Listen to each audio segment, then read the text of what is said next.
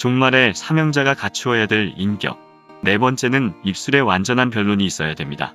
주 여호와께서 학자의 혀를 내게 주사 나로 공부한 자를 말로 어떻게 도와줄 줄을 알게 하시고 아침마다 깨우치시되 나의 귀를 깨우치사 학자들 같이 알아듣게 하시도다. 이사야 50장 4절. 지금은 입술에 완전한 변론이 없이는 진리를 대적하고 들어오는 마귀 세력을 막을 수가 없습니다. 과거에는 그리스도의 부활을 증거할 때에 마귀가 물러갔지만 지금은 말씀의 변론이 있어야만 마귀가 물러가는 것은 미혹을 시켜보는 때이기 때문입니다. 그러므로 말씀을 완전히 변론하는 자가 아니고는 말씀을 혼선시키는 마귀 미혹을 막을 수가 없습니다. 마귀 미혹이라는 것은 하나님의 자녀를 말씀이 혼선되게 하는 것이니 아무리 중생을 받은 자라도 말씀이 혼선되면 얼마든지 마귀의 피해를 받게 되는 것이 심판기라는 것입니다. 하나님께서 이렇게 하는 것은 말씀으로 심판할 때이므로 말씀이 혼선되지 않은 자만 심판날에 구원해주기 위한 방법입니다. 그러므로 완전 변론의 역사가 있는 종이 강단에 서서 변론하는 교회가 아니고는 마귀의 흑암을 물리칠 수가 없습니다. 기독교가 이날까지는 그리스도의 피로 산 백성을 모아서 그 영계가 소송하는 것을 목적하고 일했지만 이제 앞으로는 거짓 선지의 미혹을 이기느냐 못 이기느냐 하는 것으로 끝을 맺기 때문에 완전 변론의 역사가 종의 입술에 있어야만 합니다. 그러므로 강단에 선 종님들은 하나같이 완전 변론을 입술에 받기 위하여 머리에 완전한 영감과 입술의 변론이 오기까지 노력하는 것이 있어야 할 것입니다. 입술에 완전한 변론이 임한 종만이 궁핍한 자를 도와주는 역사를 할 수 있습니다. 이사야 50장 4절에 주 여호와께서 학자의 혀를 내게 주사 나로 궁핍한 자를 말로 어떻게 도와줄 줄을 알게 하신다고 말씀했습니다. 이런 은혜가 어디 있습니까? 죄 사해 주셨고 이제 학자같이 말하게 하고 학자같이 듣게 하신다는 말씀입니다. 입만 열면 말씀이 나온다는 것은 학자의 혀를 받기 때문입니다. 하나님이 학자같이 말하게 하는 일이 있게 되면 학자같이 듣게 되도록 역사하십니다. 하나님은 구변이 없는 자 들어쓰십니다. 모세, 예레미야, 바울 모두 구변이 없는 자였습니다. 모세는 나는 입이 뻣뻣하고 혀가 둔한 자라고 하였고 예레미야는 나는 아이라 말을 할 줄 모른다고 했습니다. 바울도 진리 변론을 잘 기록했지만 말하는 재주는 없었던 것으로 보입니다. 우리는 이 말씀대로 순종만 하면 됩니다. 간단하게 말해도 심령에 박히는 말을 해야 됩니다. 인간학적으로 말하는 종은 양떼를 새 시대로 인도 못합니다.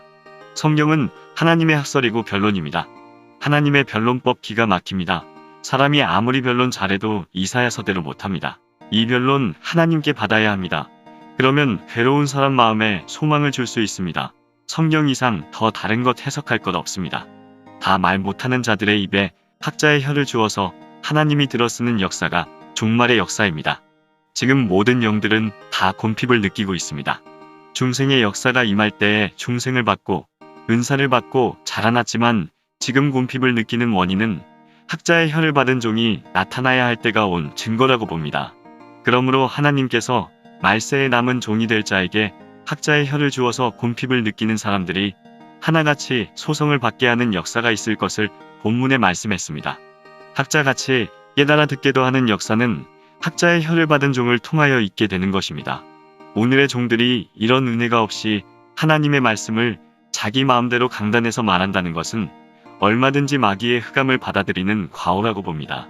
누구든지 겸손한 마음으로 여호와 하나님만을 바라보면서 주의 인도를 받는다면 변론을 받고자 원하는 자에게는 반드시 변론의 역사가 입술에 임할 것입니다.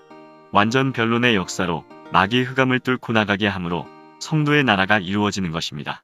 성신은 은혜 시대에는 율법과 은혜에 대하여 변론을 바로 하도록 역사했고 종말에는 심판의 다림줄의 진리를 바로 변론하도록 역사하십니다. 하나님께서 사람을 창조할 때 당신의 형상대로 창조하시고 입에 말할 수 있는 특권을 맡긴 것은 그 입의 말에 의하여 보응을 내리시겠다는 법이 있는 것입니다. 그러므로 하나님이 가장 기뻐하는 사람은 자기 입이 부정한 것을 떠는 사람이라고 볼 수 있습니다. 모든 성경의 심장이 되는 이사야서를 하나님께 받은 이사야 선지는 입이 부정한 것을 떨 때에 하나님은 대표적인 사람으로 세워서 대선지가 되게 했던 것입니다. 가장 슬픈 일이 입에 있고 가장 기쁜 일이 입에 있습니다. 지옥불에서 영원히 슬퍼하는 입이 얼마나 불행이며 천국에서 영원히 기뻐하는 입이 얼마나 행복스러운 일입니까? 그러므로 마귀는 항상 입으로 죄를 짓도록 하자는 목적이요. 성신은 항상 복을 받도록 입을 들어서 쓰는 신이십니다. 베드로가 입으로 예수를 부인할 때에 얼마나 부끄러운 일이며 입으로 한번 말할 때에 3,000명이 회개할 때 얼마나 영광스러운 일입니까? 그러므로 완전 승리의 비결은 입으로 말씀에 검을 토하는 인격을 이루어야 할 것입니다. 누구든지 하나님의 말씀으로 승리할 줄 믿고 그 말씀을 순종하는데 전력을 두는 자는 승리하게 될 것입니다. 가장 복된 사람은 말씀을 조금도 혼선되지 않도록 전해서 많은 사람을 깨우쳐 미혹받지 않게 하고 재림식까지 말씀에 혼선이 없이 바로 전하는 자라고 봅니다. 이상 종말의 사명자가 갖춰야 될 인격, 네 번째 입술의 완전 변론이었습니다.